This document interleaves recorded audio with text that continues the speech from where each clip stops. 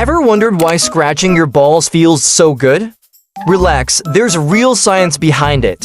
First, the groin area has tons of sensitive nerve endings. When you scratch, your brain instantly gets a relief signal. Second, it's a sweaty area. Moisture makes it itchy, and scratching helps ease that irritation. Third, when you scratch, your brain releases dopamine, the happy hormone.